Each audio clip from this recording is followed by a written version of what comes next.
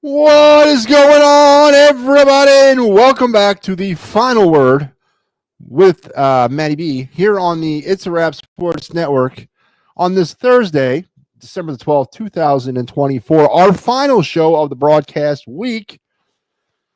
It's been a fun week. We didn't get all the shows in. I had post-game duties to cover this week, but that's okay. That's what you do when there's only like 3 people on the network. You got to do what you got to do. So we have to do what we have to do. But I'm happy to be here tonight as we're going to wrap up the week, get you ready for the weekend. The theme of tonight's show is the weekend warm-up. That's right, the weekend warm-up.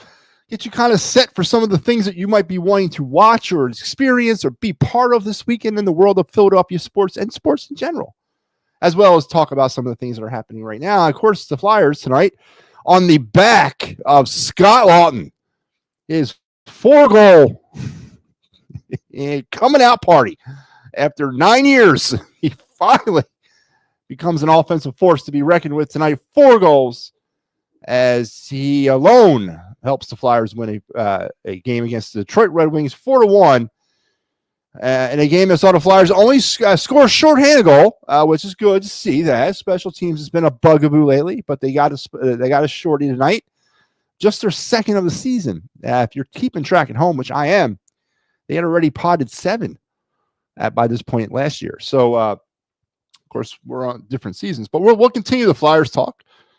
We got your day in Philadelphia sports history.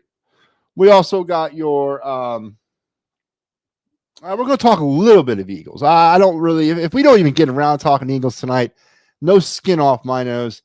We went into nauseam with the Eagles earlier on the Birds West with Kyle Quinn. We talked about, broke it down. I think the Eagles win that game 28-17. I think the Eagles win despite the play of their quarterback and despite the drama of their wide receiver. I think they win, but I could be wrong. So we'll talk Eagles tonight if you like. I mean, I'm not going to belabor the point. It's been a really weird week preparing for this game. The Steelers game seems to be an afterthought about everything else that's been going on. But we'll get into that a little bit more if you like. We got Of the Night segment, which we'll be breaking down again another Flyers prospect. We also have our card review segment tonight. And we forgot to do this last night, and I got to do better. But last night was supposed to be number 9 on the top 10 MattyB Christmas list in our 10 days movies of Christmas that we started. So tonight I gotta do 9 and 8. So we gotta double up tonight. I'll give you my 9 and my 8th all time and my top 10 Christmas movie list, as we will take you all the way to 1, which will be sometime either on Christmas Eve or Christmas Day, depending on when I decide to broadcast.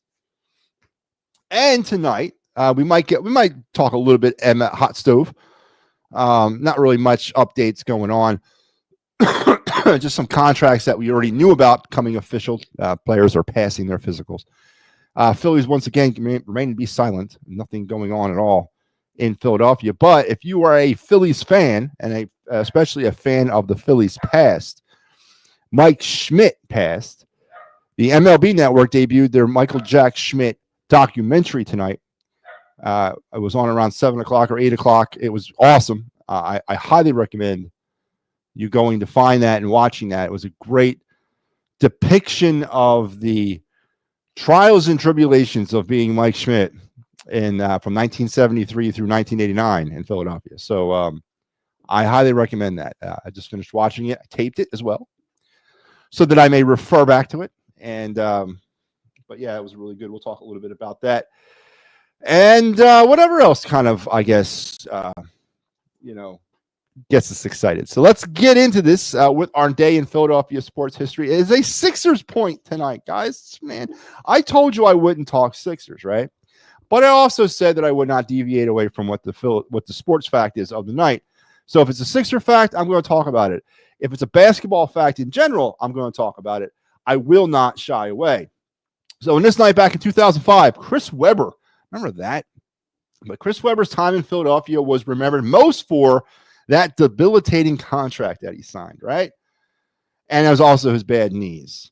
But it's hard to remember that he actually had some good moments in a Sixers uniform. And on this night, in a 90-89 overtime win over the Timberwolves, Chris Webb scored a game-high 27 points with 21 rebounds, which was pretty much, I know there's probably a couple more of those games out there, but after basically 2 lackluster seasons, the Sixers cut them, and that was the end of Chris Webber.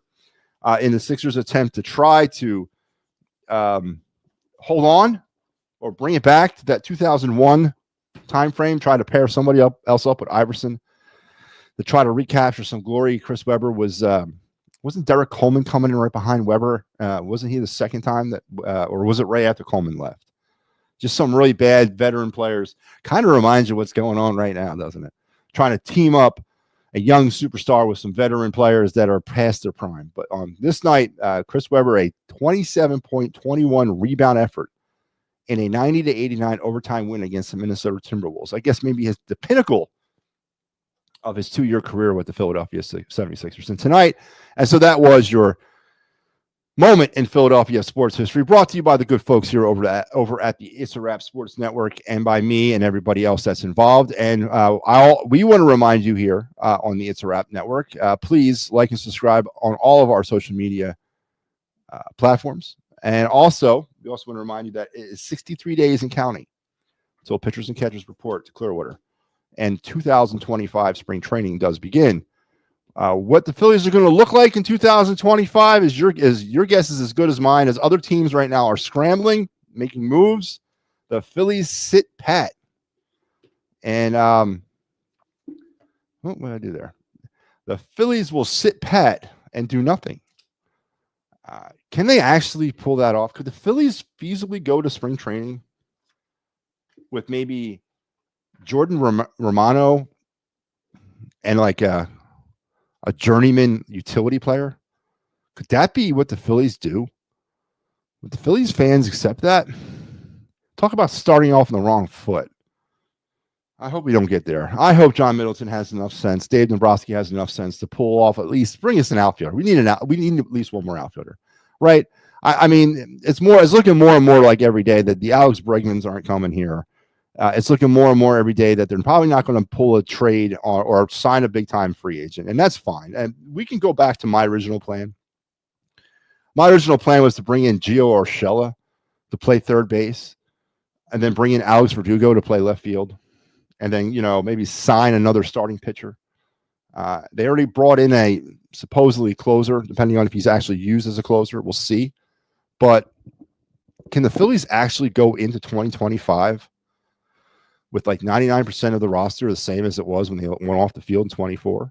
Or do they make the splash, man? They got some players out there. Bregman's out there. Alonso's out there. I said Pete Alonso would be an outstanding addition to this team. It would make up for the 2016 draft mistake of Mickey Moniak. It would be able to stick it to the Mets. We'd be able to kind of combat the Juan Soto signing, have the Mets feel some of the pain of losing one of their own. And we can teach him to play left field. Pete Alonso can play left field. It doesn't take a rocket scientist to play left field. Yeah, I think we do it, man. I think we do it. They got to do something. They got to make a trade, make a signing, bring in an outfielder, bring in another starting pitcher, bring in another bullpen arm. There's still 3 pieces of this team that are required to be here in order for this team to try to run it back. They're still devoid of at least 3 major pieces. And what are they going to do about that? So we'll wait and see, but it's not looking good, folks. It's really not it's not looking good. So, but we'll see. With that being said, I guess it's a great transition. Let's go into our hot stove report. There's not much really to talk about, but let's do it.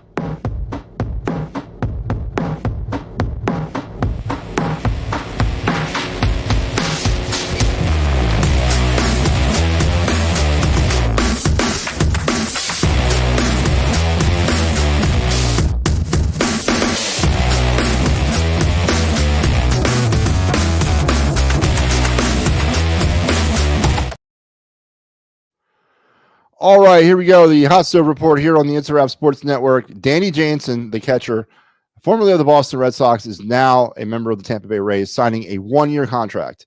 He takes his 205 batting average, his 9 home runs, and his 24 RBIs to Tampa. There you go. There's the hot stove report. That's all the verified stuff. I'm not going to get into all the speculation. They got to pass that exam, that physical, in order to be counted as a bona fide signing So Danny Jansen is the last one to pass through all that. He is now a member of the Rays, who, of course, will play their home games this year at Legends Field, right? Steinbrenner's place, or Steinbrenner Field, whatever they call it, Steinbrenner Stadium, whatever it is. The Yankees' spring training facility is where the Rays will play all their home games as they work on fixing Tropicana Stadium.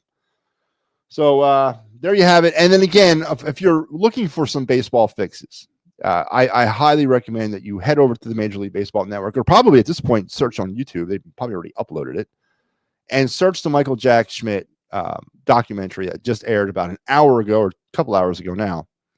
Outstanding piece of film.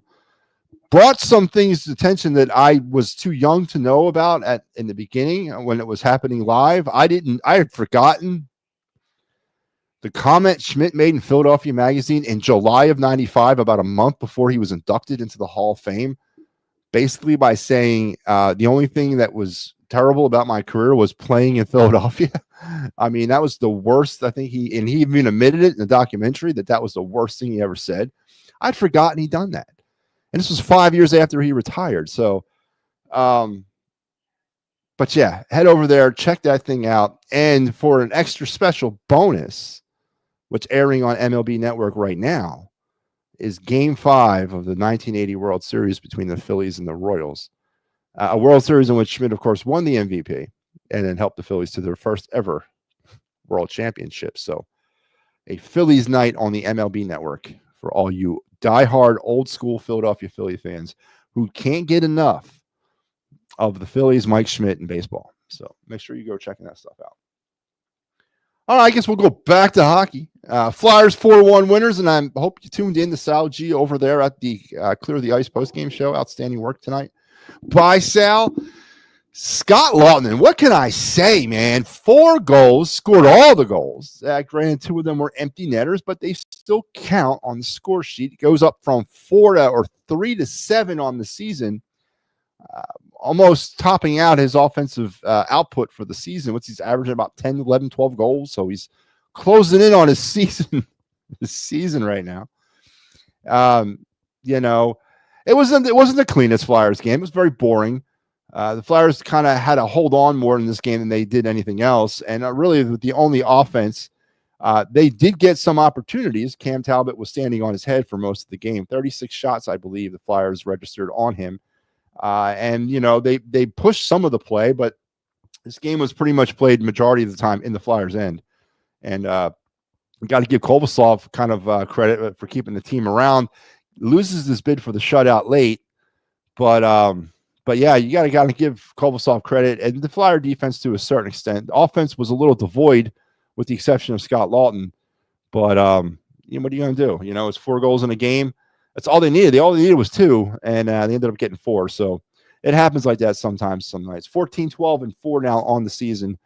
32 points now in 30 games. So that's good. That's all good, positive things. Flyers now are winners of their last, was it 3? What are they up to now? Winners of their last 2, right? And we'll now look to keep the good times rolling on Saturday in Minnesota against the Wild. So hopefully we can get a good win against a good team on the road. And they have a few days to kind of prepare for that game. So I'd like to see how they come out in that game. That's going to be an interesting game for me to watch. And I have you covered. I believe I got the post game for that. I think I am on the final on Saturday. I am. Yes, MattyB has you on the Fight's final. Got baseball on my mind. I got you on the Clear the Ice program on Saturday. So make sure you're checking us out on It's a Wrap Sports for this weekend. But yeah, so a good game for the Flyers tonight. It was. There's no such thing as bad wins for this team. There's no such thing as games that are guaranteed wins. There's no such thing as easy wins, like, it doesn't matter. No. Every game means something. Every point matters for this Flyers team, especially for those of you who are holding out hope that making the playoffs this year is something that the Flyers should aspire to do. So you need every single point that you need to get there. But good win for the Flyers tonight as they sealed the deal against the Detroit Red Wings. And with this weekend in mind, Flyers are in action on Saturday. Eagles will go down on Sunday afternoon against those pesky Pittsburgh Steelers in a game that I hope, after all the off-the-field stuff, that at least the team was focused on the field stuff, because the fan base certainly wasn't.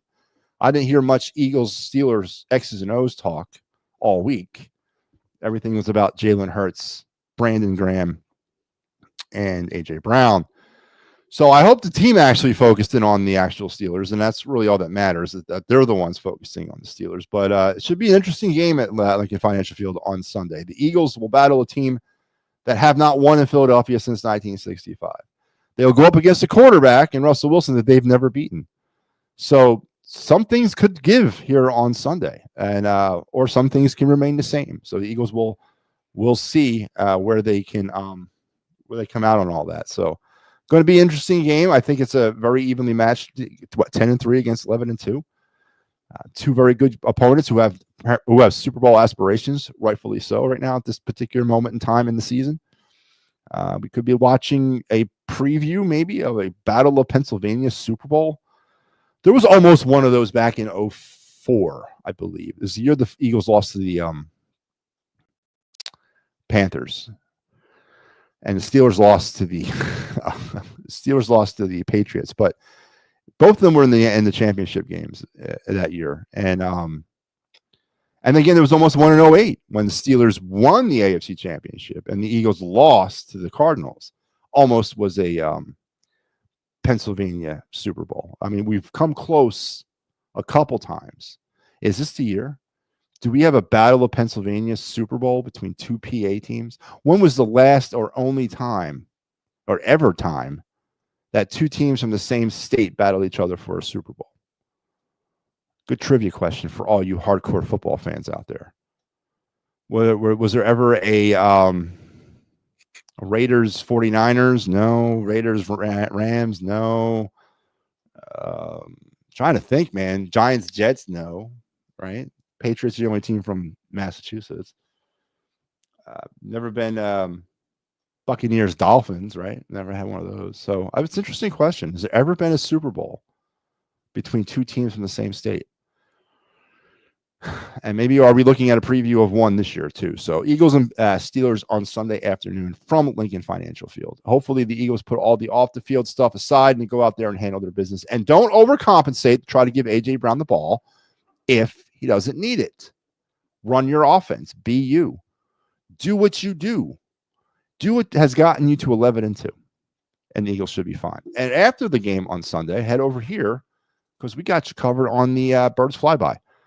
Sal G will take you through the Eagles post game on Sunday, hopefully with a special guest co-host. See if he's in attendance for this game. And we'll have you covered for all the greatness that is Philadelphia Eagle football. So that's on tap for the weekend. And you have also Penn State football. You never heard me talk about much about college football. As the NCAA playoffs will begin, Penn State will be battling them pesky SMU Mustangs. That's right, man. Woo! On Saturday. Is this the quarterfinals? The quarters, I guess. As the playoffs will begin on Saturday, Penn State looking to potentially make a run for a national championship. Now, their road to the national championship is not that hard. They'll have to play SMU, which they could beat. They could lose. Then they play Boise State. The winner of that game plays Boise State. So they could have a pretty not easy way into the national championship, but I wouldn't be surprised. Obviously, Franklin and his inability to win the big game stands in the way of Penn State too, but it could be interesting because I can't wait for that to start. 12-team playoff begins on Saturday, and Penn State will battle SMU in the quarterfinals. Also on Saturday is the Game of Games, the annual rite of passage, Army-Navy. Not in Philadelphia again, down there in Landover. That's all that's missing from that. Got to get that game back in Philly where it belongs. But Army and Navy will play each other in a game that means a lot to a lot of people in this world. I was never a big, being in the military for 30 years, being in the Army, I never really, first, Army has always been terrible as a football program. Within the last 10 years, they turned things around. But other than that, they've been terrible. Navy's always had a pretty decent program, but it's cool to see them play each other at the end of every year. It's part of the President's Cup, the President's Trophy race And it's fun to watch. And of course, when it was in Philadelphia, it made a lot of sense. But they haven't had it in Philadelphia in a while, so hope they bring it back to Philly one day. But that's on tap for Saturday as well. And then you got the Eagles, or you got the Flyers and the Wild on Saturday. So, and then whatever basketball's happening, because I told you I don't necessarily spend any time at all on this program talking about NBA basketball because there's just not. I'm just done. I have there's a 5-point edict that has to happen in order for me to talk about the Sixers again. And I've already made that edict known. And I'll remind everybody, it's scrap the plans for the Center City Chinatown Arena, trade Joel Embiid, fire Daryl Morey, fire Elton Brand, and Josh Harris sell the team. And once all 5 of those demands are met, I will return to talking about basketball. I will, if it's brought up, I'll discuss it, but I will never initiate a basketball conversation. So I imagine they're playing this weekend.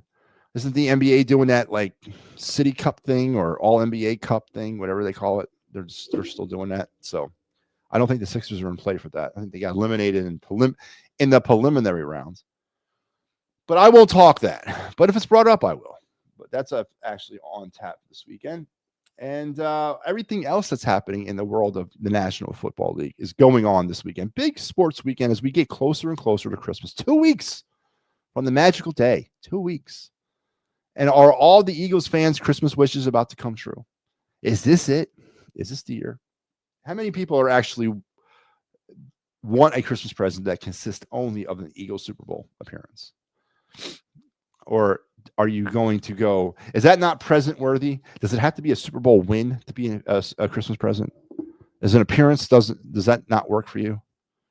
I'd like to know about that too. How do you guys feel about that? All you want for Christmas is the Eagles Super Bowl win? We'll see. So a lot on tap over the weekend. And with that, I guess we'll continue moving on through the show. Kind of a light night here with our Of the Night segment. And let's key it up. Let's key up our Of the Night segment here.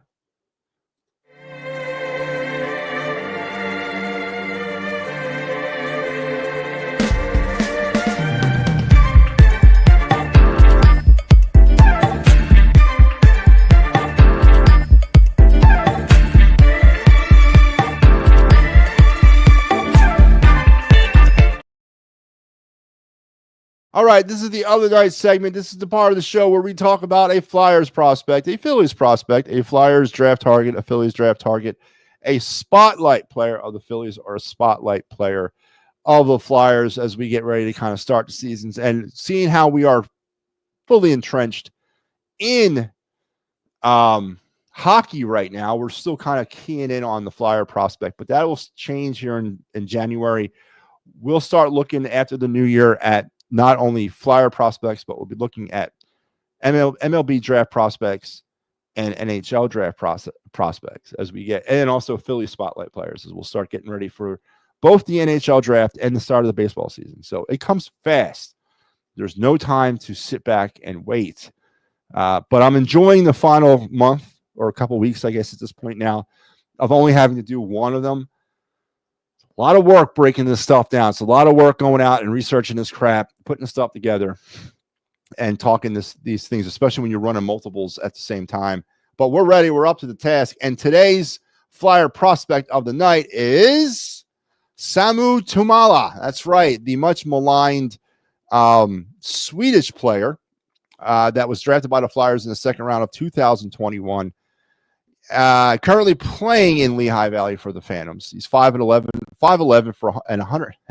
He's 5'11" and 190 pounds. He reloads the swing wide on his team's breakout, collects the puck in stride, accelerates through knee-over-knee crossovers, and drives play across the offensive blue line. All right.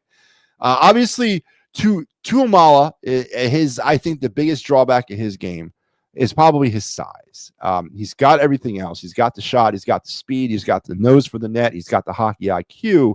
It's just, I think right now he's just a little bit undersized. And a second-round pick, which is a pretty high pick in 2021, and we're, 22, 23, 24. I mean, we're coming up to year 3 or year 4. It's unknown right now, honestly, what role he's going to play in the Flyers' future. He's not really on their radar right now. He is a top liner down in Lehigh Valley, but when I think he's had a cup of coffee with the Flyers in his career. He's not really stuck too much with the team, but it's very interesting to see where he projects, because I think a lot of people, when the Flyers drafted him, had higher expectations for him, and would probably were thinking more along the lines that he'd be entrenched here in the NHL at this point, or at least working his way through the NHL with the Flyers. But he hasn't really broken through yet. Currently, 3 games this season with the Phantoms. He's got 8 goals, 12 assists for 20 points, but he's an ungodly minus 13 on plus and minus. So there's some work to his game that needs to be done. What his future is for the Flyers, I don't know. Does he potentially get put together in some sort of draft package or some trade package maybe? I don't know. Does he have an opportunity to crack the Flyers at some point? We'll see. He doesn't seem to be on anybody's radar right now as he toils away in Lehigh Valley. But there you have it. There's our prospect of the night, Samu Tuomala, the Finnish forward for the Lehigh Valley Phantoms. And there you have it. That's our prospect of the night segment here on the program. Again, we'll do something like this every night, whether it be a prospect, whether it be a draft target, a spotlight player, whatever it might be. We're gonna highlight somebody every night and keep that thing rolling. So let's head on into not our final segment. Let's go on to the next segment. It's another fun segment that I like to do. Let's roll it. Looks a little something like this. Looks a little bit like I can't miss. Hey, this is what you call a bad. What? This is what you call a bad. What? Looks a little something like this. Looks a little bit like I can't miss. Hey, this is what you call a bad. What? This is what you call a bad. All right, that's right. MattyB's card review. This is the moment of the show where I take a card from my very vast sports card collection and we just kind of kick it around. We talk about it. We have fun with it. Talk about potential financial gain, potential nostalgic gain of intrinsic gain or value. We've been doing this now for a few weeks. I enjoy it, and I've actually upped it, and I've taken it to a different level. And I'll explain what I mean here in a second, but let's get it rolling tonight. Tonight's card is not here. Hang on. Oh, man. Not a good night for me. I thought I had all this done. Let's see what we got here. All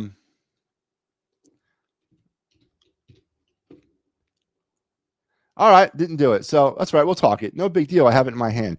It's the 1980 Jack Clark Topps card. It's this card right here. It's the card of Jack Clark. If you guys remember who Jack Clark was, a really good player for the Cardinals. Really kind of came into his own for the Cardinals in the mid to late 80s. Broke into Major League Baseball with the Giants back in 1973.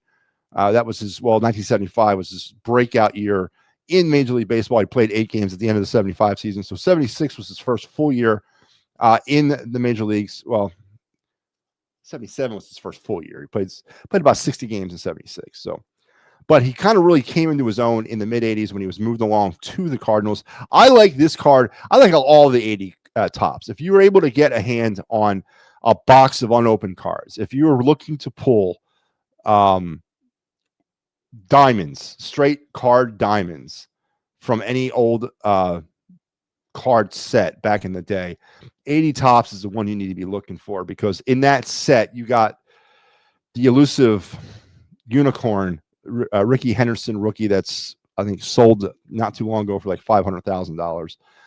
You got Mike Schmidt, you got George Brett, you got just Nolan Ryan, Tom Seaver. There's just so many iconic players in the 80s set. You got Ozzie Smith's rookie card featured in the 80s set of tops. And the way they did 80 was great because every card is autographed. It's not a live auto, but it's an autographed card. That's how every card was in 1980.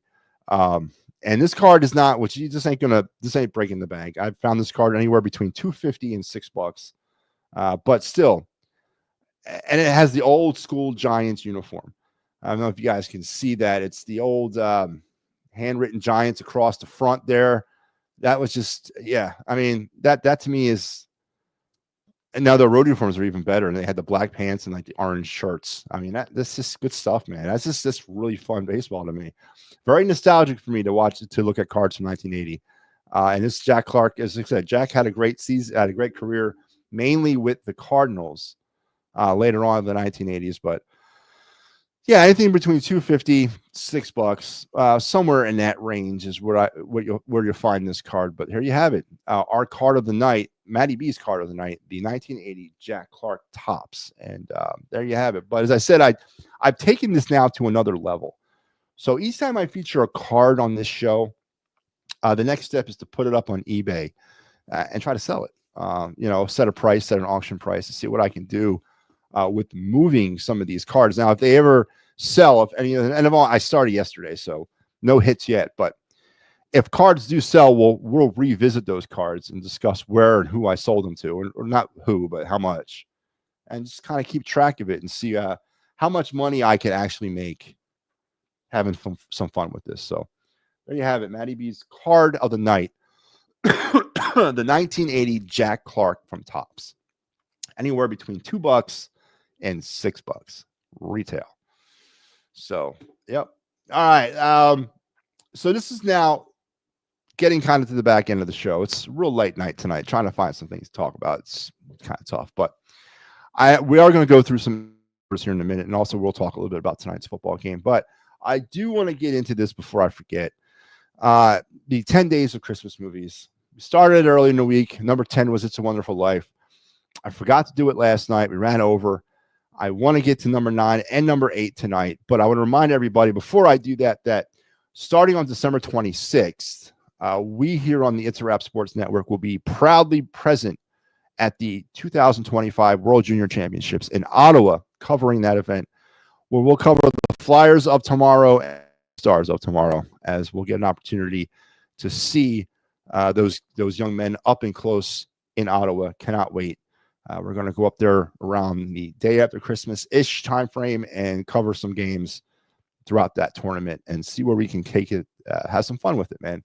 Looking forward to it as we get close to doing that. So let's get into our 10 days of Christmas movies. These are my all-time 10 favorite Christmas movies. Number 10 was It's a Wonderful Life. And I was supposed to reveal number 9 yesterday, but I didn't, so I'm going to reveal it right now.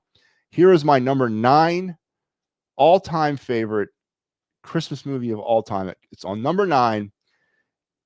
It's got to be on everybody's Christmas list. Most of these movies are on everybody's list. Now, where they fall on your list, personally, it's up to you. But on my list, this thing falls at number 9. And it's any version. I want to make this very clear. It's any version of this movie, because there's about 15 of them out there. But any version of the Christmas Carol. I mean, it's as classic as it comes, right? The story of Ebenezer Scrooge and Bah Humbug and hating Christmas and yelling at clouds and telling kids to get off his front lawn. Sounds somewhat similar and familiar to me. But this is a great film. And again, any version, any time throughout history, I think the first theatrical version was in 1936. And actually, this is a little clip from that version right here. Bear but the touch of my hand on your heart, and you shall be safe.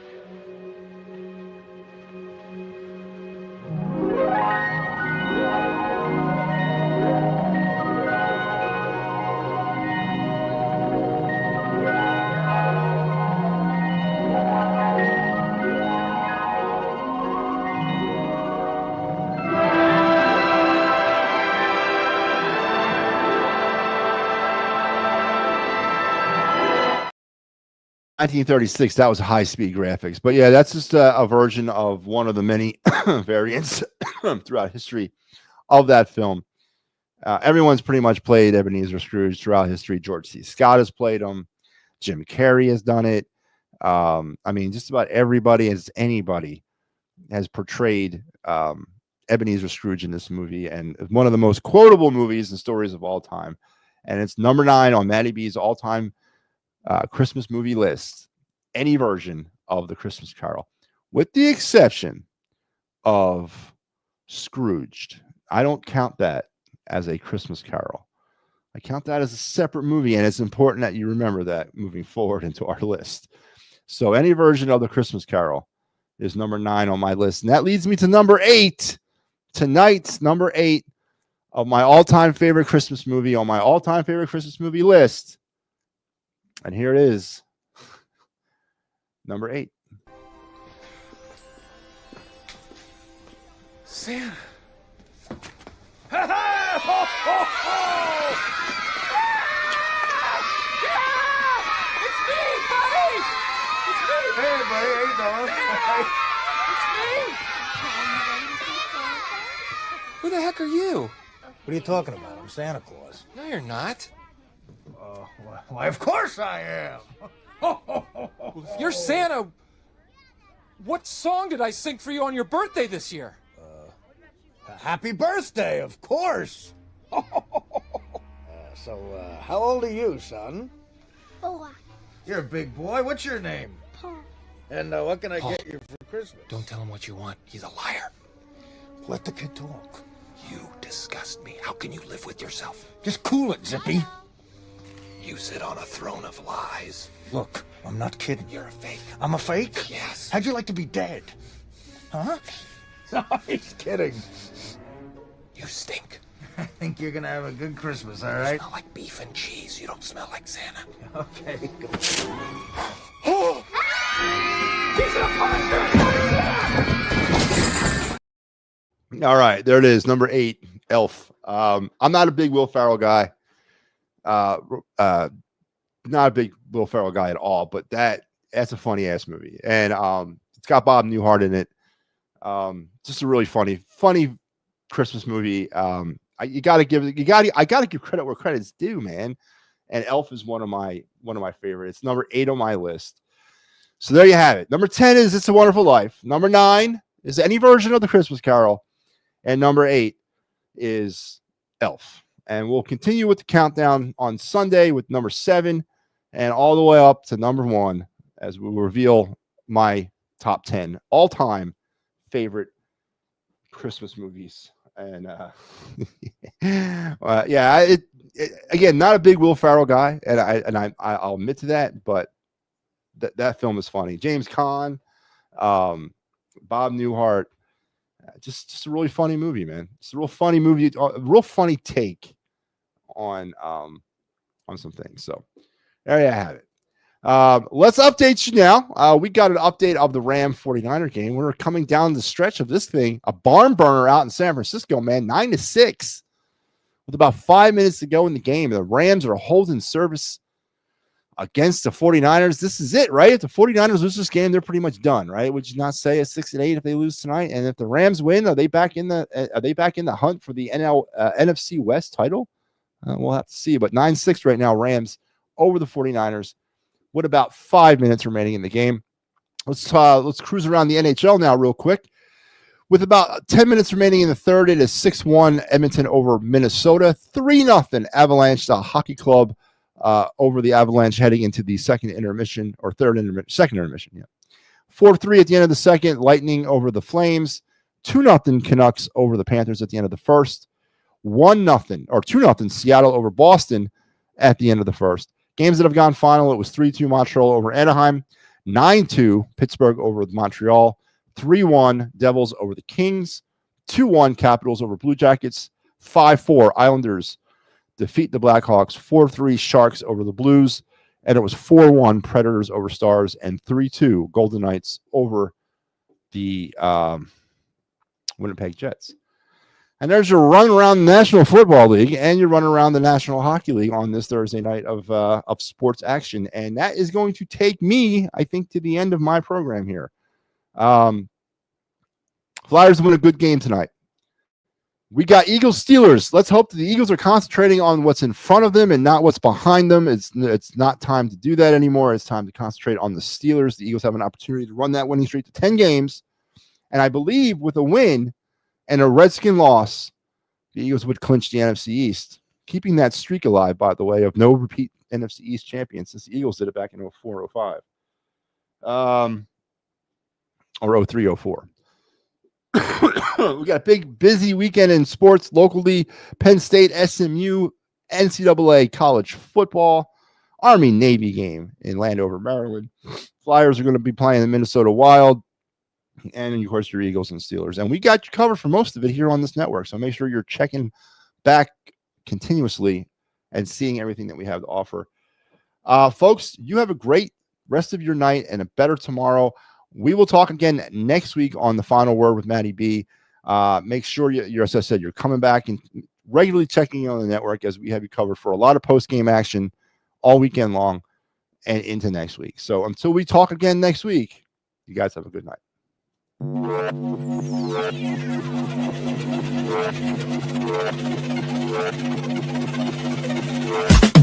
be coming up hot for a minute. Everybody know the drop when I'm in it. Drop the top when I'm in it. Everybody know the drop when I'm in it. Yeah, I'm so. Everybody know I'm you know when the click through. The send is about to be a show, be fine.